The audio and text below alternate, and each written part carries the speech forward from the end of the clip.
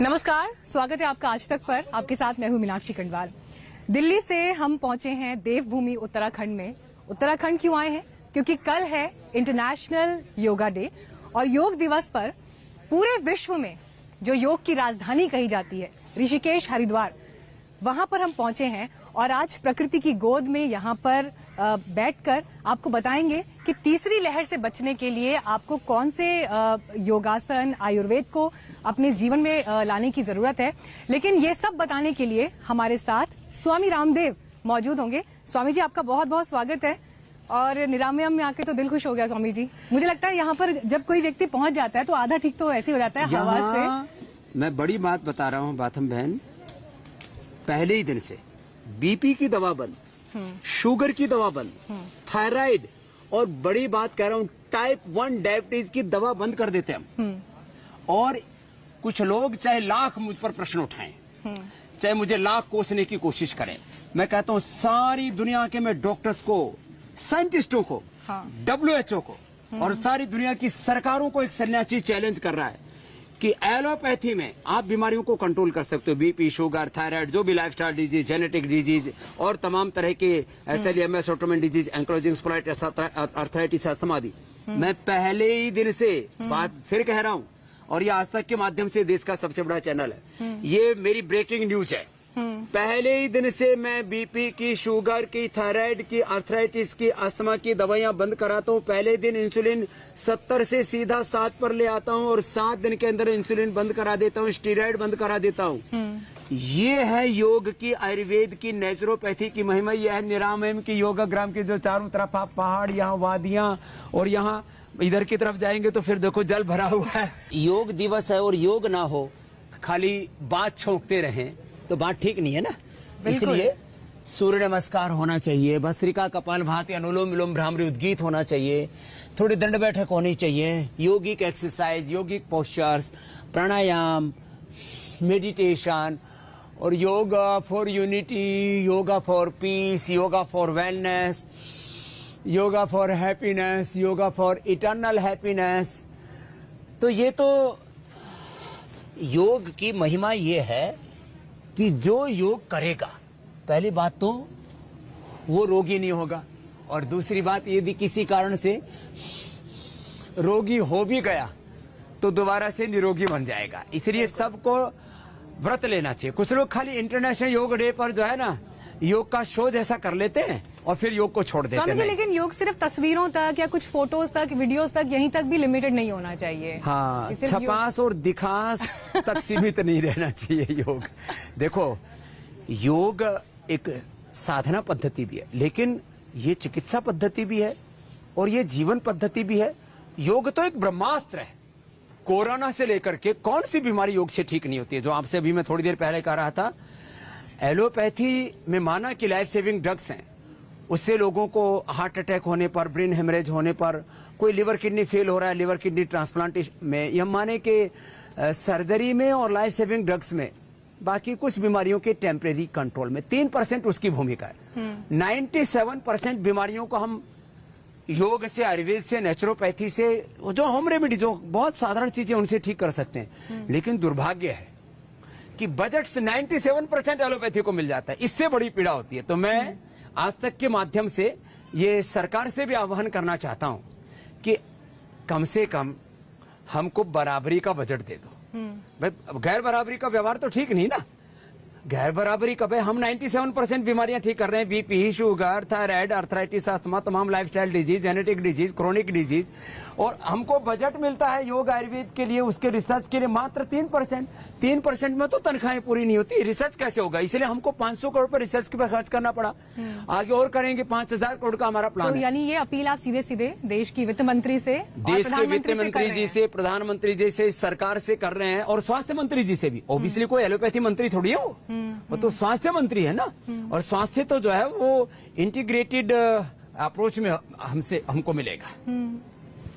स्वामी जी, लेकिन ये जो टकराव हुआ बीते वक्त में, वो गैर जरूरी था। देखो, जब हिंदुस्तान में तमाम चिकित्सा पद्धतियां एक साथ चलती हैं, बात तो यही है ना। जो जिस पर विश्वास कर रहा है, जो जिस विश्वास की बात नहीं। देखो, ये विज्ञान की बात करता है। देखो नहीं, लेकिन देखो मीनाक्षी बहन, ये विश्वास की बात नहीं, ये विज्ञान की बात है। और हमारा योग, हमारा आयुर्वेद, हमारी नेचुरोपैथी, हमारी पूरी जो भारतीय जीवन शैली है वो पूरी विज्ञान पर आधारित है। दरअसल क्या हुआ, एलोपैथी में रिसर्च पहले थोड़ा ज्यादा हो गया और अभी भी पूरी दुनिया की सरकारें उसी को सपोर्ट करती हैं, उसी को बजट देती हैं। ये तो हमने अपने बूते पर, इस देश के लोगों के सहयोग पर ये इतना बड़ा योग का, आयुर्वेद का, नेचुरोपैथी का ये इतना बड़ा संस्थान संगठन खड़ा कर दिया। नहीं तो जो है इसकी तरफ ध्यान नहीं था लोगों को। दरअसल ये जो drug mafia, pharma mafia, medical mafia ने, इनके पास दौलत बहुत है, लेकिन इनके पास अभी आपने पिछले दिनों देखा 3 बड़े देश के संस्थानों के बड़े डॉक्टरों ने कहा कि हमारे पास बीमारियों का कंट्रोल है, क्योर नहीं है। क्योर तो हमारे पास 2-3 बीमारियों का है। और ये बात अब लोगों तक पहुंचनी चाहिए। देखो, मैं डॉक्टरों के प्रति सहानुभूति रखता हूं और हर पेशे में कुछ गलत लोग होते हैं। जो मैंने कहा था कि भाई कुछ लोग जो है वो दवाइयों में कमीशन खाते हैं, ब्रांडेड दवाइयों के नाम पर, जबकि जेनरिक दवाइयां 2 रुपए की मिल जाती हैं, 2000 रुपए की दवाई लिखते हैं। कुछ लोग गैर जरूरी टेस्टिंग कराते हैं, गैर जरूरी ऑपरेशन कराते हैं। वो तो एक देखो, वो तो किसी भी प्रोफेशन में गलत प्रैक्टिस तो एक अलग बात होगी। मैं जितनी जरूरी है उतनी एलोपैथी को मानता हूँ, मेरा उसके प्रति कोई दुराग्रह नहीं, लेकिन वो हमको बिल्कुल नहीं मानते। वो हमको सूडो साइंस कहते हैं। वो कहते हैं ये जहां जरूरी है वहां पर भी आयुर्वेद का उपयोग नहीं करेंगे, योग का उपयोग नहीं करेंगे, उसको सूडो साइंस बोलते हैं। लेकिन स्वामी जी, सारे डॉक्टर्स को, अगर पूरे मेडिकल साइंस को अगर एक संकीर्ण चश्मे से देखा जाएगा मैं वो तो ये संदेश भी सही नहीं जाएगा। मीनाक्षी बहन, मैं शुरुआत यहाँ से करी कि जो अच्छे डॉक्टर है वो इस धरती पर भगवान के वरदान है, एक तरह से भगवान समानी। लेकिन हमको इतना भी तो संकीर्ण नहीं होना चाहिए कि हम अपना आत्मनिरीक्षण भी ना कर सके। इसलिए बात इतनी सी है कि जब तमाम lifestyle disease, BP, sugar, thyroid, asthma, arthritis, तमाम जेनेटिक बीपी, शुगर मैं ठीक करता हूं लोगों का, asthma, arthritis, SLEMS, autoimmune disease, fatty liver, type 1 diabetes. तो मैं ये कह रहा हूं कि जब इतनी चीजें आयुर्वेद में है तो उसको मानते क्यों, उसको सूडो साइंस क्यों कहते हैं? और बोलते हैं हम इंटीग्रेटेड पैथी नहीं, हम उसको मिक्सोपैथी दवाई नहीं चलेगी। स्वामी जी, मुझे ये बताइए कि क्या अब ये वक्त आ गया है जहां पर आज आप ये कहते हैं कि योग को जीवन शैली के लिए हिंदुस्तान में अनिवार्य कर देना चाहिए? जीवन शैली के लिए नहीं, मैं तो कहता हूँ शिक्षा में अनिवार्य होना चाहिए, प्राइमरी एजुकेशन से लेकर के और हायर एजुकेशन तक शिक्षा में अनिवार्य होना चाहिए। जैसे सेना, एक दिन योग दिवस मनाने से कुछ नहीं होगा। हाँ, सेना में, मिलिट्री, पैरा मिलिट्री में, पुलिस में, सब जगह कुछ ने तो अपनी मर्जी से, जैसे बीएसएफ है, सीआरपीएफ है, बहुत जगह जहाँ मैंने खुद लोगों को योग सिखाया, वहां पर कुछ ने अपने आप उसको सम्मिलित कर लिया।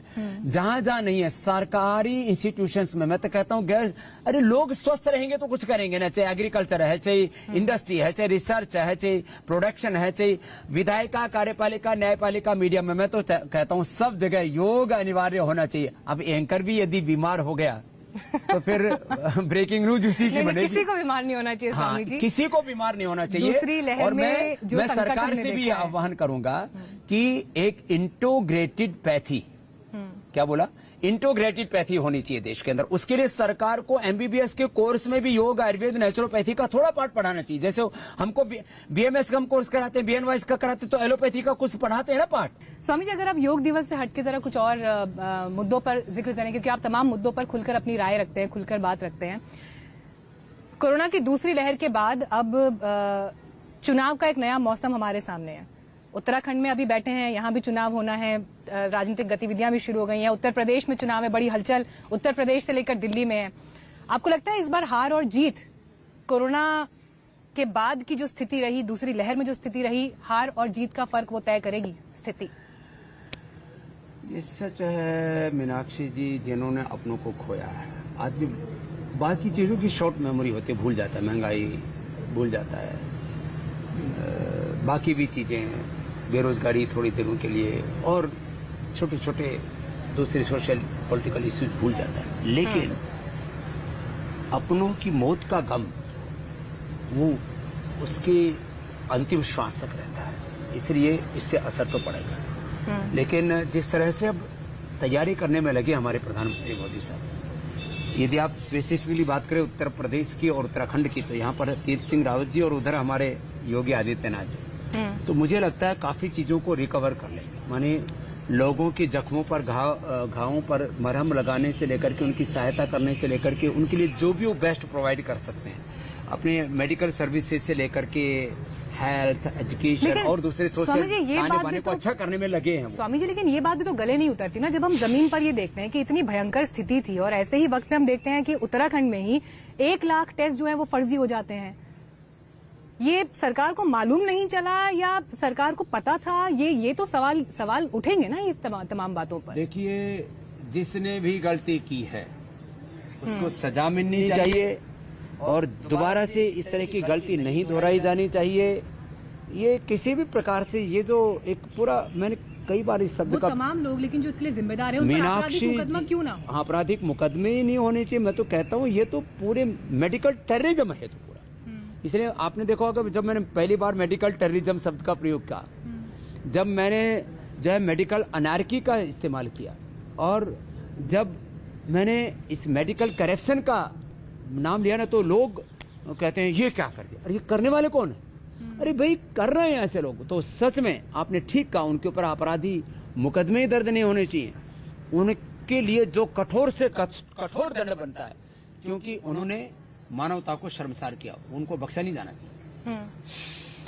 स्वामी जी, क्योंकि आप ये मुद्दा जोर शोर से उठाते रहे हैं, काले धन का मुद्दा, क्या अब ये मुद्दा है या नहीं है? स्विस बैंक्स में जो खबर निकलकर सामने आई, 286% जो है वहां पर धन बढ़ा है भारतीयों का अकाउंट में। आज की तारीख में स्वामी जी क्या बोलेंगे इसके लिए? धन भी काला बढ़ रहा है और मन भी और काला होता जा रहा है। तो ये काला धन, इससे बहुत नुकसान होता है और ये काला धन जो है बुरे लोगों के हाथ में पहुंच जाता है, क्योंकि इसकी अकाउंटेबिलिटी नहीं होती, ट्रेसेबिलिटी नहीं होती इसकी। तो ये काला धन कतई नहीं बढ़ना चाहिए। और जिस तरह से भारत में कुछ रिफॉर्म्स किए मोदी साहब ने, नोटबंदी से लेकर के, जीएसटी से लेकर के और टैक्सेशन टेररिज्म से देश को बाहर निकालने से लेकर के, मैं आशा करता हूं कि उससे कुछ हद तक ये चीजें कंट्रोल हुई हैं। लेकिन अभी भी जो काले धन के चोर हैं, बेईमान हैं, जो देश को लूट रहे हैं, वो बाज नहीं आ रहे।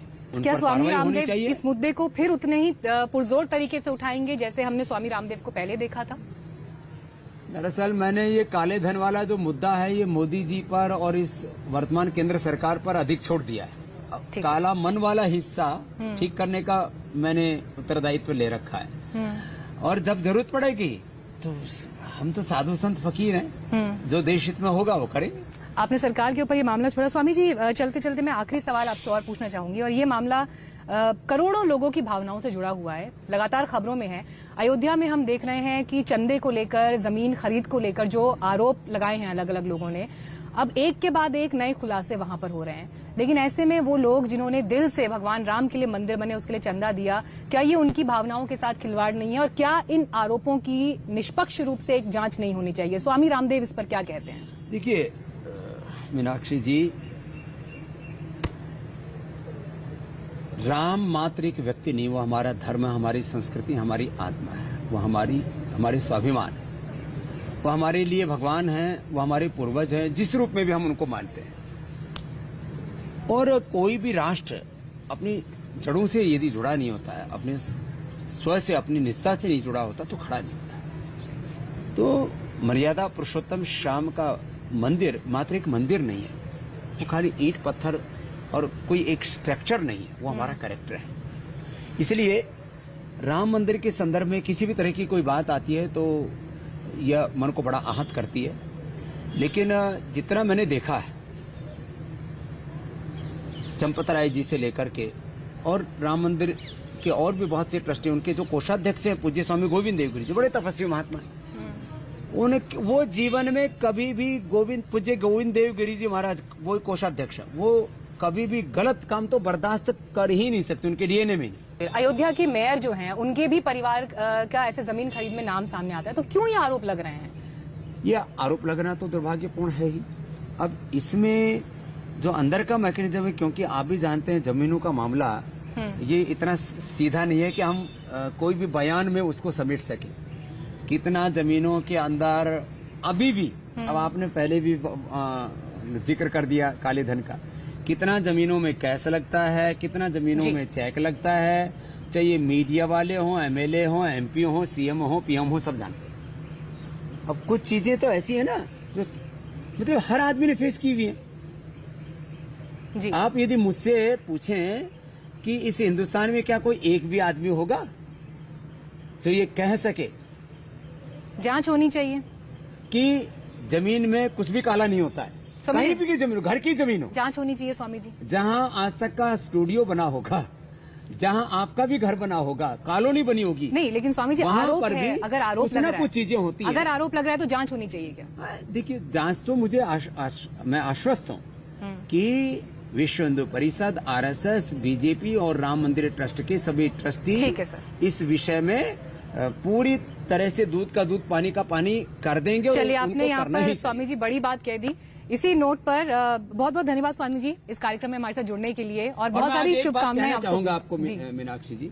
देखो मैं करीब 20 लाख किलोमीटर घूमा और करोड़ों लोगों को प्रत्यक्ष रूप से परोक्ष रूप से योग से जोड़ा है। आज पूरी दुनिया के 200 देशों के करीब 100-200 करोड़ लोग योग करने लगे। तो आज मैं एक सबसे आह्वान करूंगा कि आज एक दिन का ये योग व्रतना ठीक नहीं है कि हम 21 जून को तो घर से बाहर निकल जाते हैं, बाकी फिर सो जाते हैं। तो हर दिन योग करने का व्रत लें, योग व्रती बने, आयुर्वेद व्रती बने, प्रकृति व्रती बने, स्वदेशी व्रती बने और ये दृढ़ संकल्प ले लें कि मुझे बीमार लाचार होकर के नहीं, आत्मनिर्भर होकर के जीना है और आत्मनिर्भर भारत बनाना। बहुत खूब। तो स्वामी जी की इस बात को आप सभी गांठ बांध लें अगर आप हमारा ये कार्यक्रम देख रहे थे। और आप सभी का बहुत बहुत धन्यवाद हमारे साथ इस कार्यक्रम में जुड़ने के लिए। और ये क्लैपिंग आपके लिए हम सबकी तरफ से। स्वामी जी आपको और आपके पूरे जो शिष्य हैं सबको मेरी शुभकामनाएं योग दिवस के लिए। आपका कल का कार्यक्रम भी जो है वो शानदार हो और आप एक बड़ा मैसेज लोगों तक पहुंचाएं।